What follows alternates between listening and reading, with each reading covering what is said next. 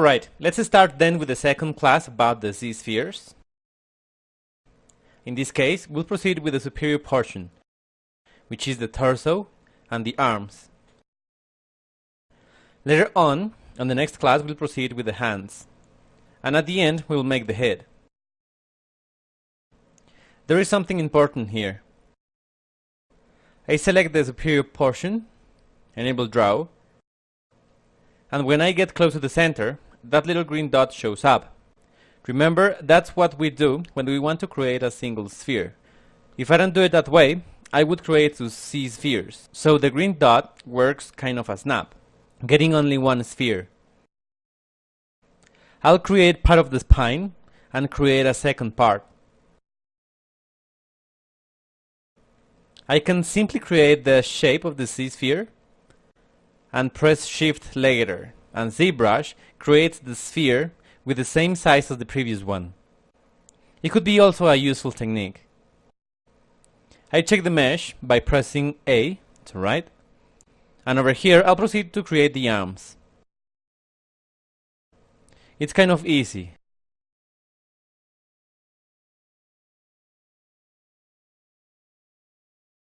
And the arms,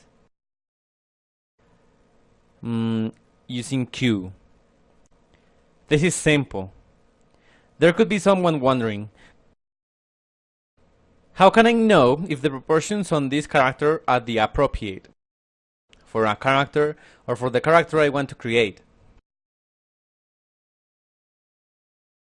Actually, that step comes later on. We'll check those sort of things later on.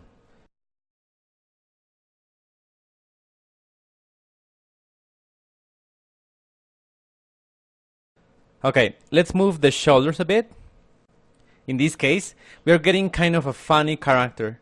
It seems like we are making a cartoon character. As I said to you, it's not that relative. Pressing A, I check the polygon size.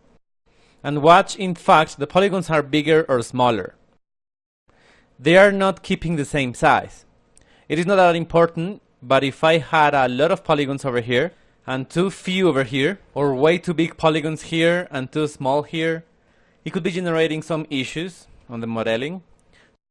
So we try to keep a relative size for our polygons of the mesh.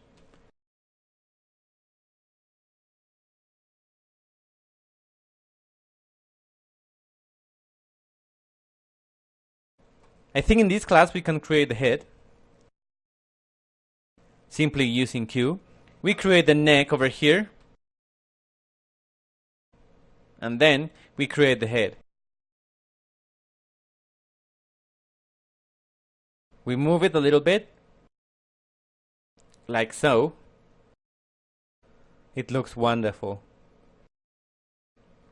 Alright, I'll scale a bit this portion for it to look a bit more robust. I'll scale the head a bit in order to be consistent with the proportions, since I want to create a more realistic character.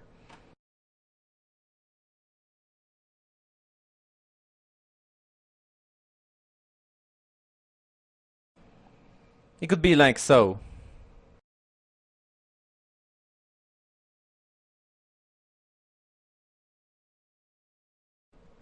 A bit thinner.